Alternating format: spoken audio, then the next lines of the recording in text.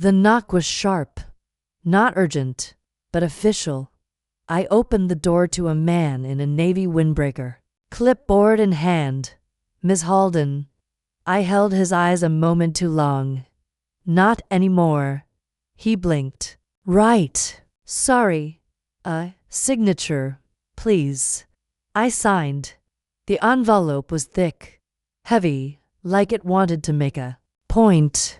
I turned it over in my hand before stepping back inside. The door clicked shut behind me. I walked to the kitchen, set the envelope on the counter, and poured myself a glass of water. No hurry. I'd already guessed what it was. When I finally opened it, the letterhead confirmed it. Halden V. My name redacted, of course. Civil action. Alleged breach of confidentiality. Interference with trade secrets. I smiled. Then I called him. "Wow." He answered on the third ring. His voice still smooth, still smug. "Didn't think I'd hear from you so soon. You served me before lunch. That's early even for you. You always did like getting things out of the way," he said. "Consider it closure. Is that what this is?" He gave a soft laugh, like we were sharing a private joke. "Come on. You didn't think you could leak what you knew and walk away clean. I haven't leaked anything." "Oh, so now we're playing dumb." "Classic." I read the filing. I said calmly, "You're stretching. Let the courts decide." There was a pause. I could hear him sip something, coffee or ego. "Hard to tell. You know," he added. "You used to cry when I raised my voice. You used to think that was power." Another silence. He cleared his throat. "I built that company. I built pieces of it. The ones you didn't understand. You were support." "Careful." His voice flattened. "I don't want this to get messy." "It already is, Mark." "Not for me," he said. "For you? Lawsuits are exhausting, expensive. You freelance now, right? No firm to cover your costs." I walked to the window. The city moved outside, oblivious. "I'll manage." "You always do." That note of Fox admiration. I used to fall for it. I let the silence sit longer than he was comfortable with. "You thought this would scare me?" I asked. "I thought it would reframe things." "Reframe." "Remind you who writes the ending." I laughed once, softly. "You're still trying to narrate my life." "No," he said. "I'm just making sure you remember how this works. You threaten. I shrink. You win." He said nothing. "That formula expired," I said. "You should update your code." "I'm not the one who needs debugging." I looked at the final page of the complaint. His signature. That looping arrogance of a man who never questioned his own authority. "I'll respond," I said. "Legally and efficiently. You could just walk away." "I did. 18 months ago. You just didn't notice." He exhaled slowly, annoyed. "This isn't personal." I nearly laughed again. "You sued your ex-wife over software modules we built over dinner, Mark. It's entirely personal. You're not entitled to credit or silence, to any more of my time," he snapped. I smiled again. "Then hang up." A pause. "Don't test me." "I already did. You failed. I can bury you in court. I hope you bring a shovel." He cursed under his breath, low, frustrated. It thrilled me more than I expected. "You really think you'll win?" "I'm not playing to win. I'm playing to finish." He didn't reply. I let the pause stretch until I was sure he was the one stewing, not me. "You'll hear from my attorney," I said. "Have your facts straight." "I always do." "No, Mark. You always assume I won't fight." Then I ended the call. And for the first time in 2 years, I laughed. The apartment still looked like a magazine spread. Cream walls, clean lines, glass that caught the afternoon light just right. But it never held warmth, just silence dressed in luxury. Cynthia stood at the edge of the kitchen island, wine untouched. "You kept the place?" she asked. "It was mine, technically," I said. She looked around. "Mark always said it was his. He said a lot of things." She winced. "I didn't mean. I know what you meant." A pause. The tension between us had texture, soft, but present. "I was surprised when you called," she said. "You were surprised I still had your number." She half smiled. "Fair." I walked past her, opened the fridge, pulled out a bottle of Pellegrino. "No wine for me. I got your name off the court filing," I said. "He listed you as a potential witness." I nodded. "He thinks you'll back his version." Cynthia's lips parted. "I didn't agree to that." "No. But you disappeared the moment I filed." "That wasn't." She stopped. "I didn't know what to do. You could have asked if I was okay. You were always okay." "No," I said. "I was good at pretending." She picked up her glass, set it back down. "He told everyone you just left." "I did. But without a word." "I left a letter on the piano. He said you didn't want the company, that you never cared about equity. He said that in the prenup too." Cynthia looked at me carefully. "Why now?" "Because I need to know," I said. "Did you believe him?" She blinked. "What?" "All those dinners. All those times. You watched me working next to him. Did you really think I was just his plus one?" "No. Of course not. But you acted like I was." "I didn't know how deep you were in the code. Because you never asked." She shook her head. "I thought you were designing." "I was. And integrating. And testing. I wrote the first framework for user sync. You never said. Because every time I tried, you changed the subject to dresses or donor lists." "That's not fair." "No," I said quietly. "It's accurate."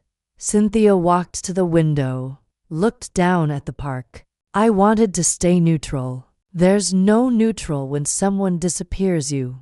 She turned back. "I wasn't trying to erase you, but you didn't object when he did." Her voice dropped. "Do you think I chose him over you?" "I think you believed him because it was easier." "I believed what I saw. He ran the meetings. He pitched. You smiled in the background." I smiled because I was exhausted. Cynthia looked at me, finally still. "Why did you really leave?" "He made me invisible." "Did he cheat?" "No. He was faithful to his narrative." Silence again, long enough that the radiator clicked. "I'm sorry," she said. I nodded. "I thought he was the brilliant one," she added. "So did he. I should have known better." "You should have," I said. "But I don't need your apology. I need your honesty. You want me to testify. I want you to tell the truth."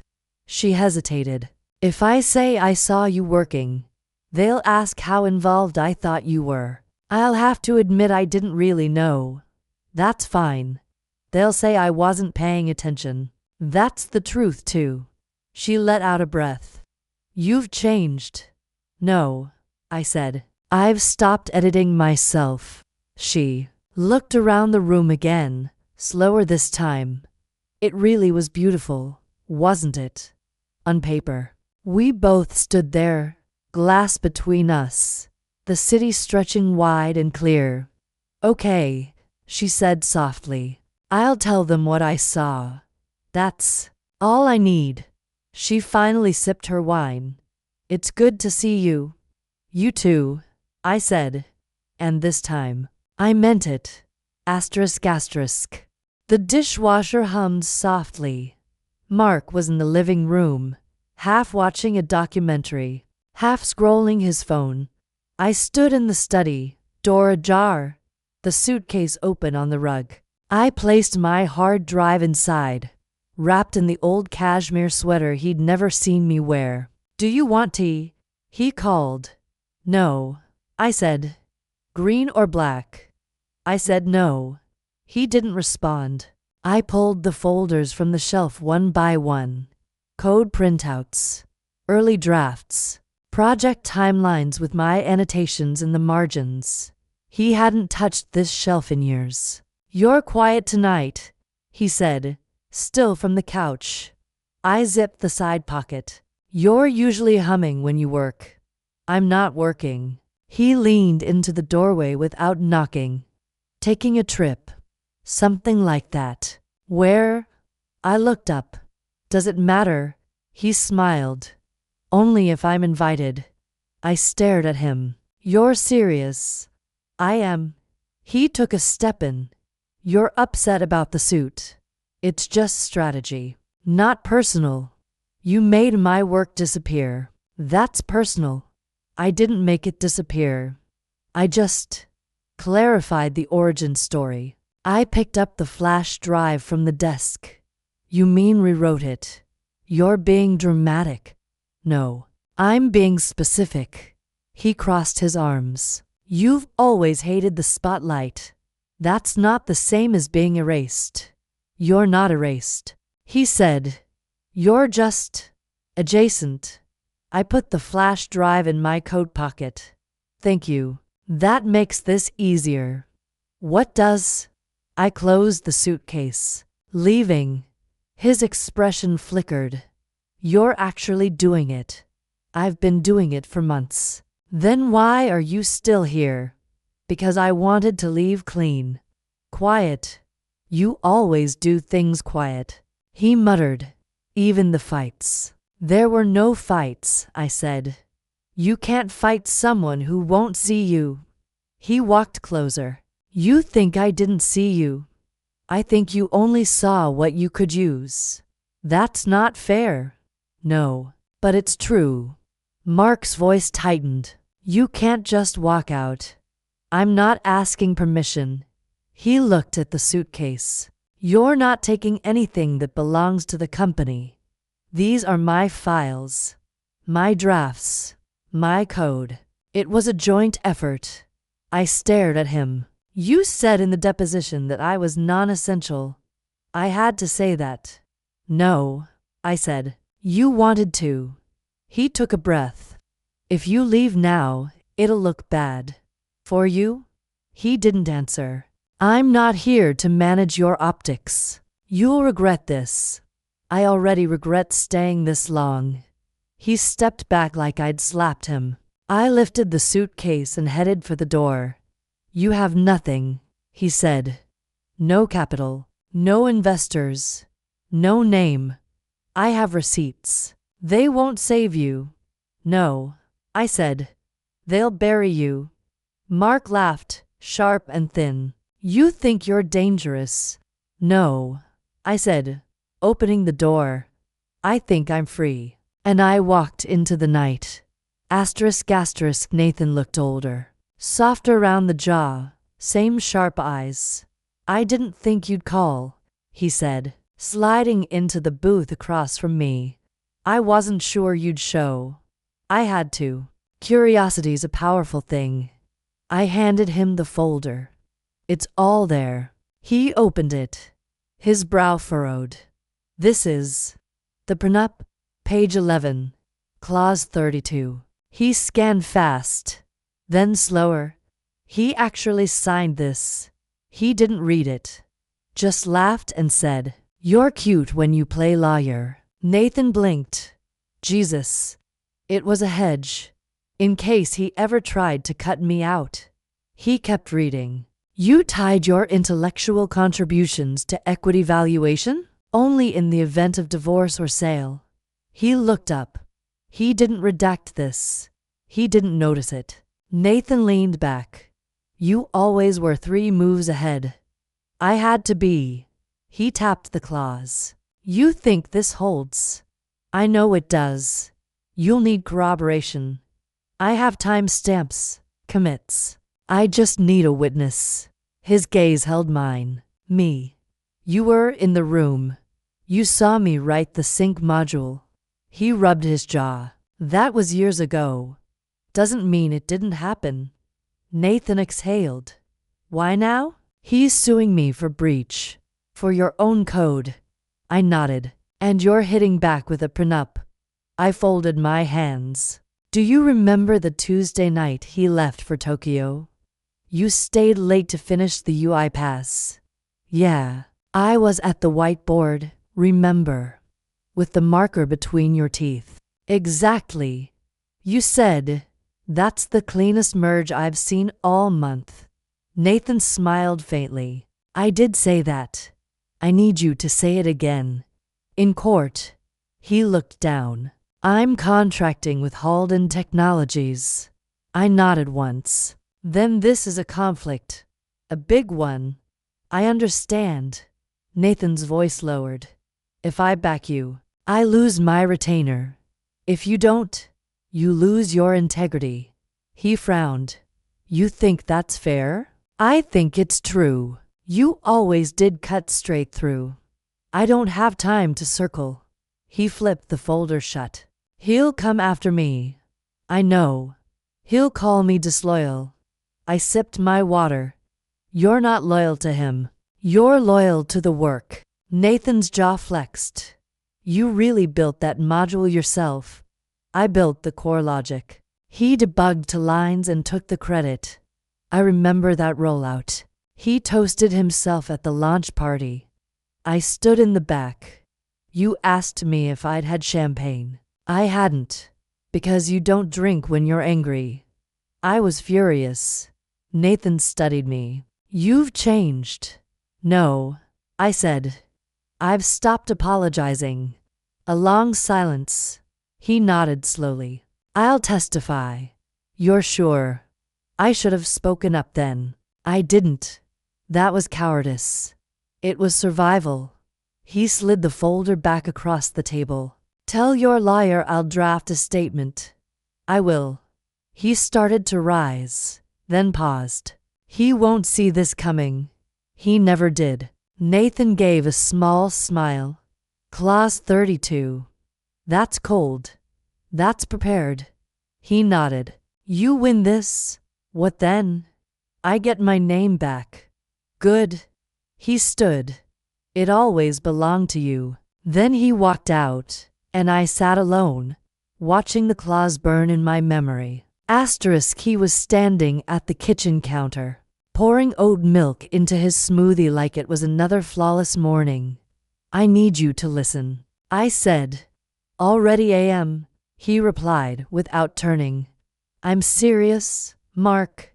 He finally looked up. Something wrong with your coffee again. I stared at him. I feel erased.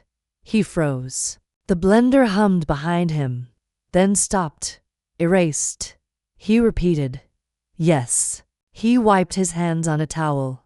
You're going to have to explain that one. I crossed my arms. You introduced the sync framework yesterday as your sole architecture. You looked the board in the eye and claimed it was yours. It is mine. I wrote the first sequence. You know that. He shrugged. You drafted an idea. I made it real. I built it.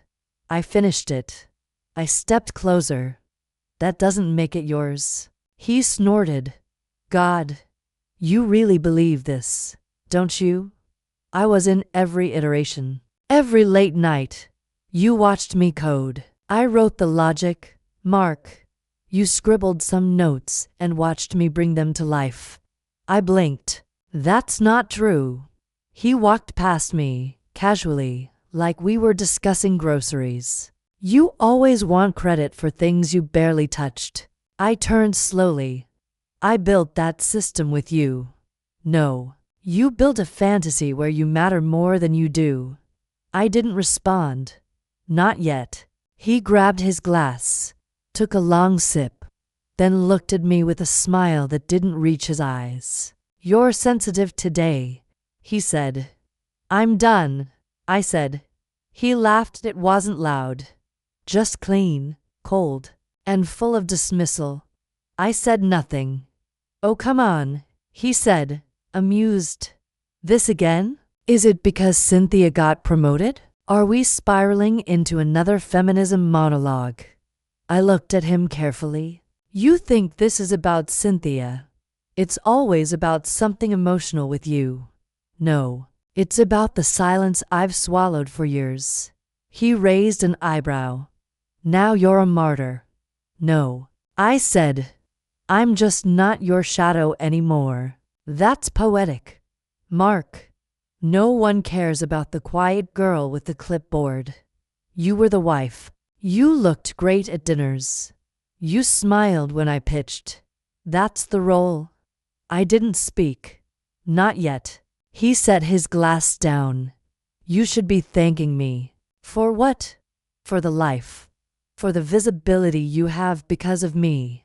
I nodded slowly. Visibility, not voice. You have a voice. You're using it now. And you're still not listening. He leaned in, almost curious. Is this really your breaking point? It was. The second you laughed. He blinked. That sound, I said, is when I realized I didn't want you to understand. His face shifted. So what now? You're leaving again? I already did. He laughed again. But it faltered. I won't disappear. Mark, I said. You made sure of that. You're threatening me now. I'm telling you. The story you wrote has a missing author. He stepped back, folded his arms. You'll never win. I don't need to win. I need the truth to surface. And then what? Then I'm free. He studied me, trying to find the old softness, the compliance. It wasn't there. You're really done? Yes. He picked up his smoothie and turned away. Go ahead, he muttered. Tell your version. See who listens. I walked out without answering. But that laugh never left me. It echoes in everything I've built since. ***. The cafe was small, tucked between a florist and a dry cleaner. Quiet. Neutral. I chose it for the light. Cynthia was already there, sitting at a table near the window, stirring her tea without drinking it. I approached. She looked up and smiled. Cautious, but real. You look different, she said. Better or worse? Sharper. I sat down. That's accurate. She leaned forward. You're testifying next month. I am. Against Halden Tech. No, I said. On behalf of a startup they tried to steamroll. Cynthia exhaled. You're really back. Almost. She tilted her head. Is that what this is? The new you? I'm not new. I'm just louder. She nodded slowly. You were always the quiet one. That's what made it easy for him. I believed him for too long. So did I. The server came. I ordered black coffee. Cynthia asked for a refill, even though her cup was full. How's the new place? She asked. Smaller. Better light. Less glass. No glass. Brick. She smiled. You always said glass felt like being watched. And ignored. Cynthia hesitated. Can I ask something? Of course. Why didn't you tell me how bad it was? I tried. You stopped listening.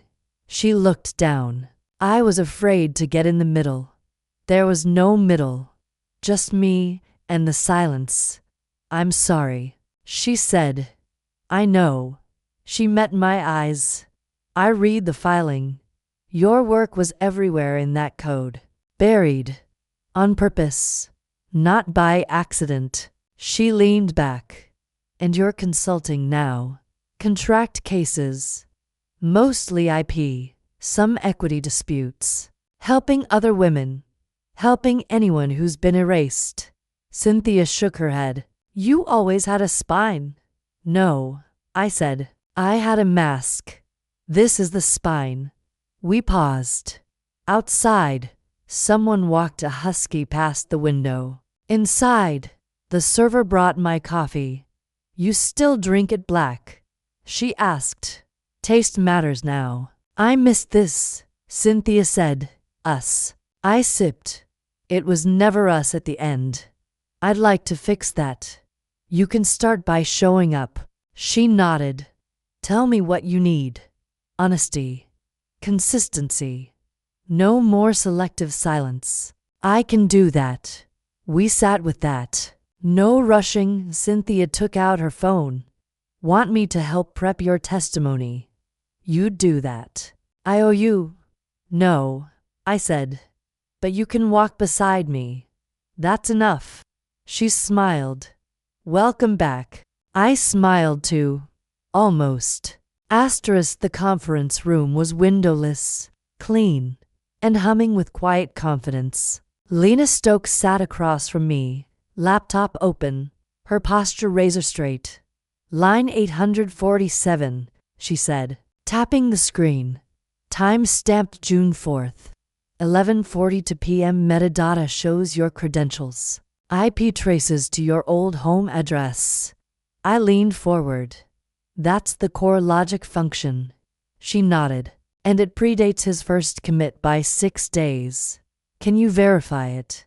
I already have. I watched her expression. Flat. Efficient. You're certain this holds up? I asked. In federal court. Absolutely. Will he be able to spin it? She met my eyes. He can try. I exhaled. Okay. Lena clicked to the next file. There's more.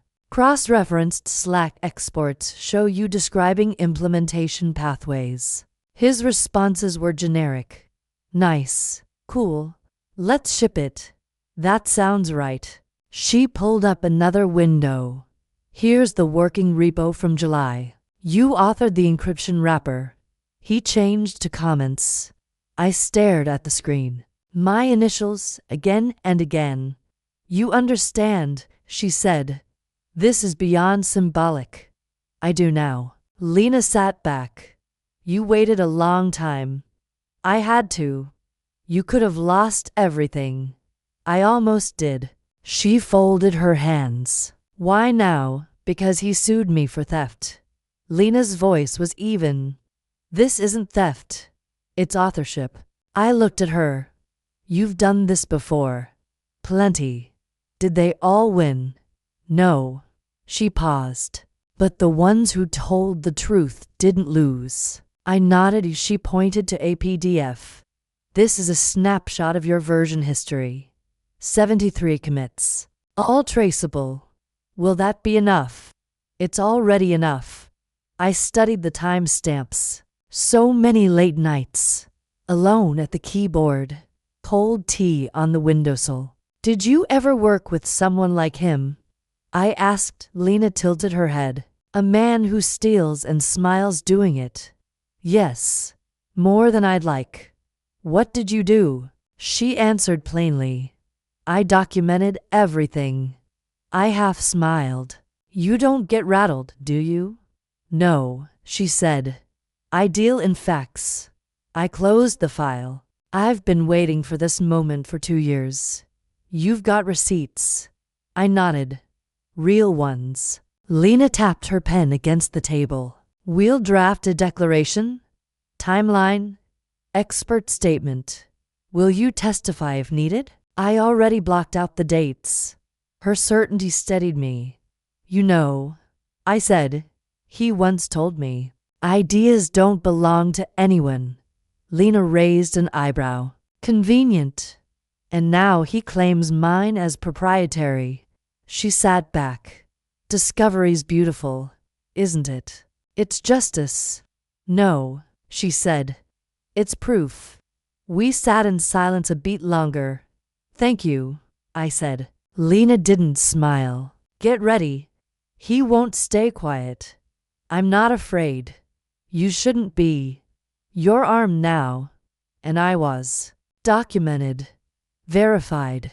Finally visible. Asterisk asterisk. The conference room was chilled and overlit. I sat with Lena on my left, her laptop humming quietly. Across the table, Mark's seat was still empty. He's late, Lena said. He likes entrances. A minute later, the door opened. Mark walked in wearing a navy suit I hadn't seen before, crisp, smug. 15 minutes late. No apology. Apologies for the delay, his attorney said instead. Robert Langley, seasoned, polite, and thoroughly rehearsed. Mark gave me a nod. I didn't return it. The stenographer began typing as the recorder clicked on. Let's begin, Langley said. Please state your name for the record. I did. Can you confirm your prior employment at Halden Technologies? Yes. I was never officially listed, but I contributed to its founding infrastructure.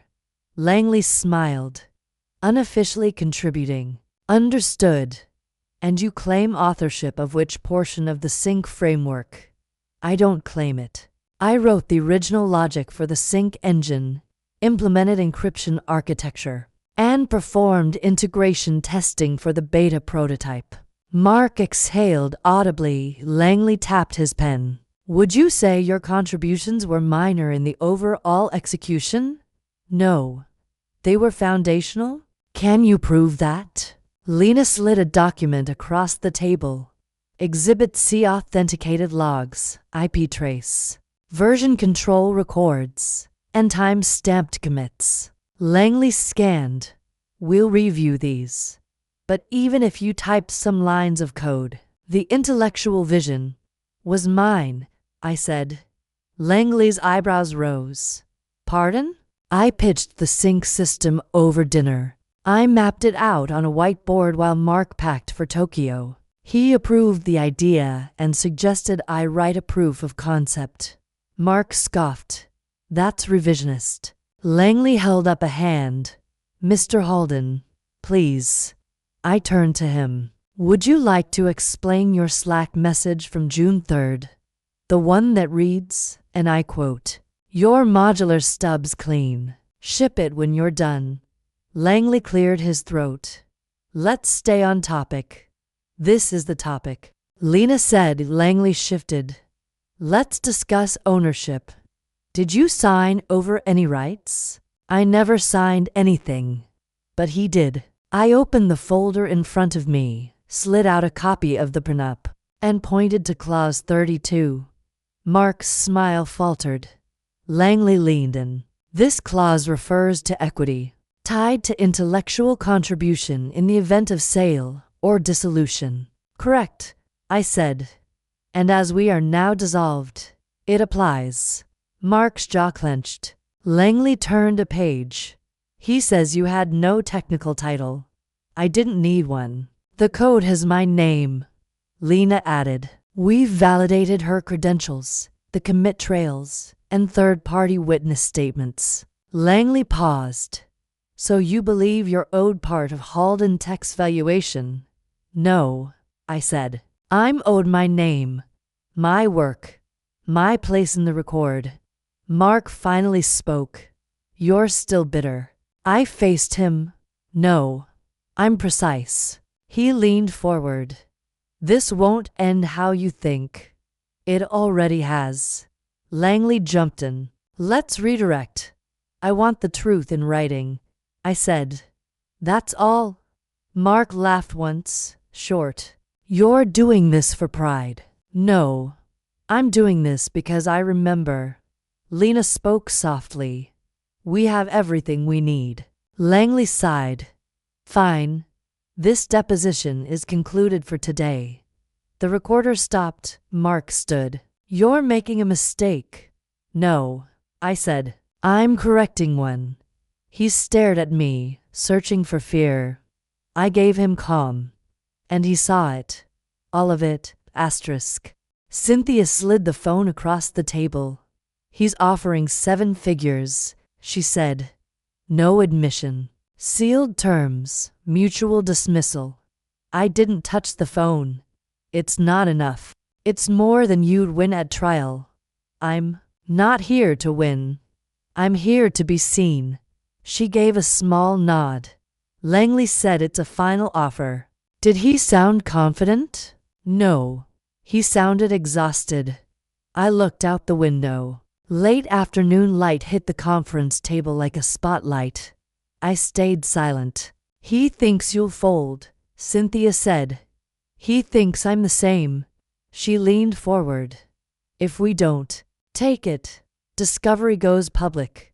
Testimony, code traces, your marriage, everything. I know. He's betting you'll flinch. I won't. Cynthia's voice softened. This deal would set you up. I'm already set. She paused. Then what do you want? The record. The record already favors you. No. I want it filed. I want the clause read in court. I want the logs printed and marked as Exhibit A. I want his deposition played, word for word. Cynthia studied me. That's not justice. That's exposure. It's both. You want revenge. I want correction. She exhaled. You'll be painted as angry. I am angry. They'll say you were ungrateful. I built half that company in silence. And you want him to carry your name now? No, I said. I want him to say it. Cynthia looked at the phone again. If we say no, they'll come back harder. I hope they do. She leaned back. You're sure? Yes. No part of you wants to walk away with the money. I did that once. I won't do it again. She folded her hands. They'll push for a gag order. I'll push back. They'll smear you in tech circles. I'll testify in circles wider than theirs. Cynthia smiled slightly. You're dangerous now. No. I'm documented. She laughed once. God, I missed this version of you. I looked at her. She was always here. She was just edited out. Cynthia picked up the phone. I'll draft the rejection. Make it clean. She nodded. Any message you want to send with it? I thought for a moment. Just 2 words. She opened her notepad. Go on. Not interested. And that was the offer's funeral. Asterisk. The courtroom was cold, but I didn't feel it. Mark sat across from me to rows up, flanked by 2 attorneys and a silent screen of polished composure. Court will now read the decision in Halden Technologies v. My name, the clerk announced. Mark didn't look at me. The judge cleared her throat.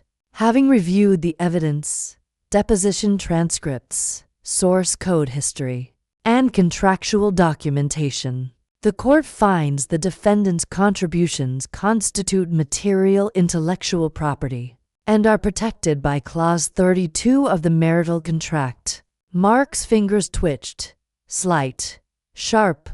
Further, she continued, the court recognizes the defendant's authorship of the Sync Framework's foundational code and orders the plaintiff to formally acknowledge that authorship in all future filings, promotional materials, and legal records. Cynthia squeezed my hand under the table. I kept my eyes forward. Plaintiff's claims of breach are therefore denied. Defendant's counterclaims are granted in full. Langley whispered something into Mark's ear. Mark didn't respond.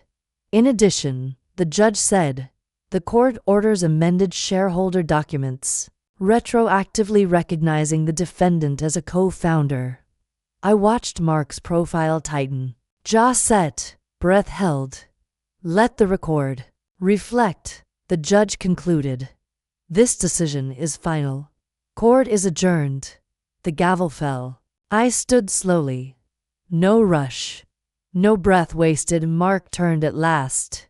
You really did it. I told the truth. He shook his head. You embarrassed me. No. You did that. You humiliated the company.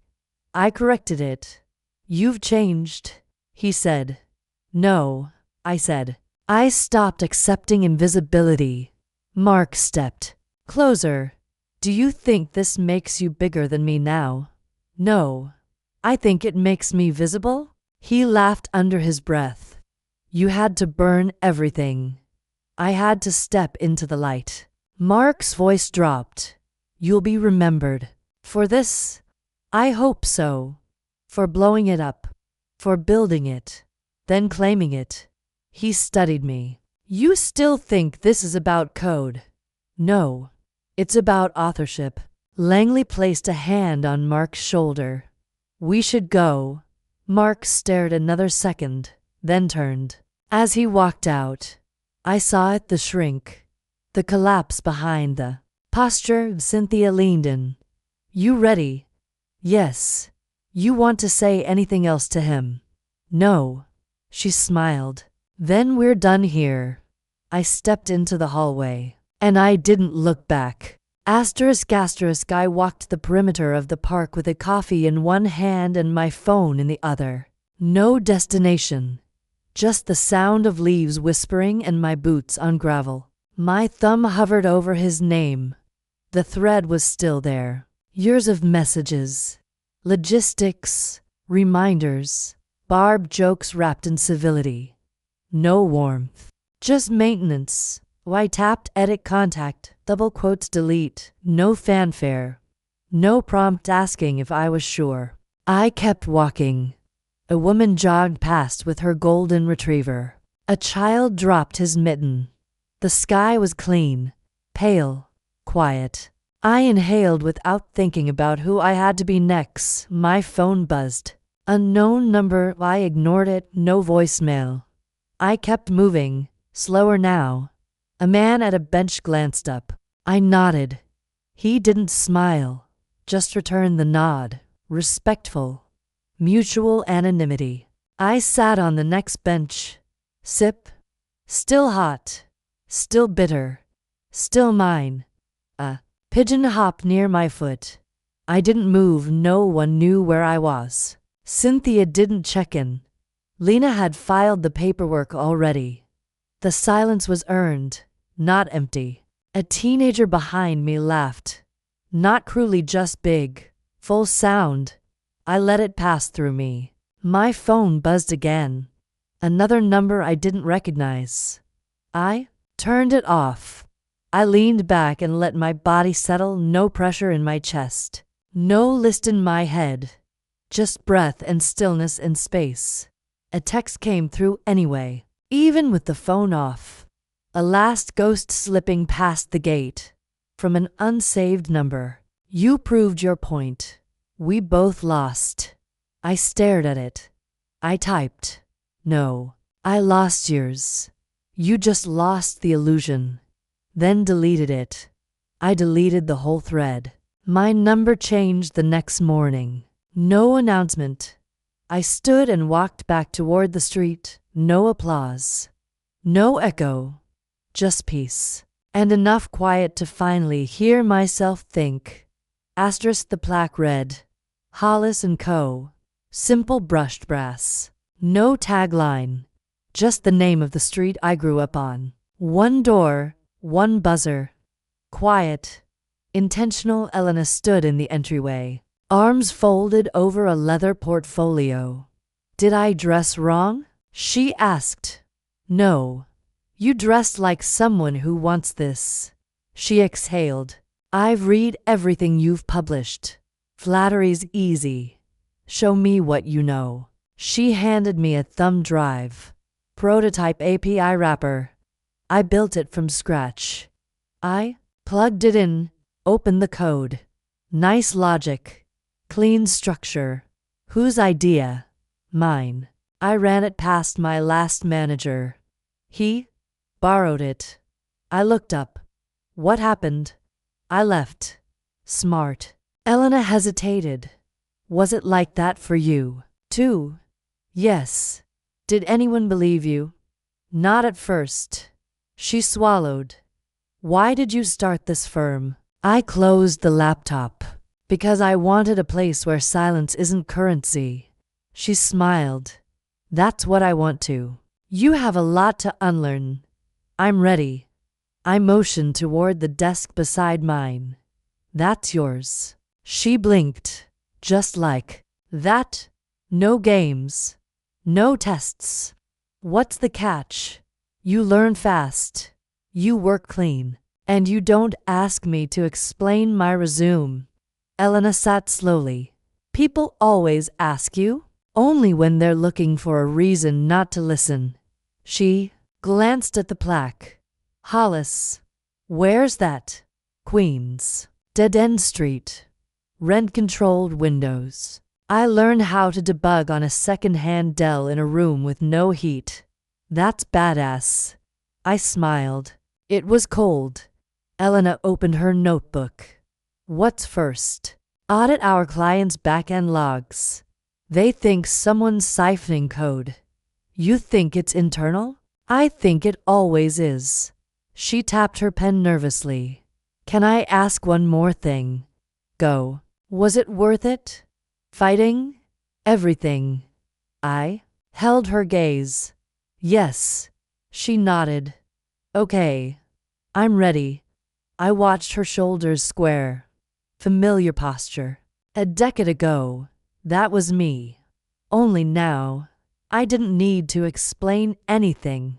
I just got to build. Quietly. On my terms. Asterisk, asterisk, asterisk, asterisk.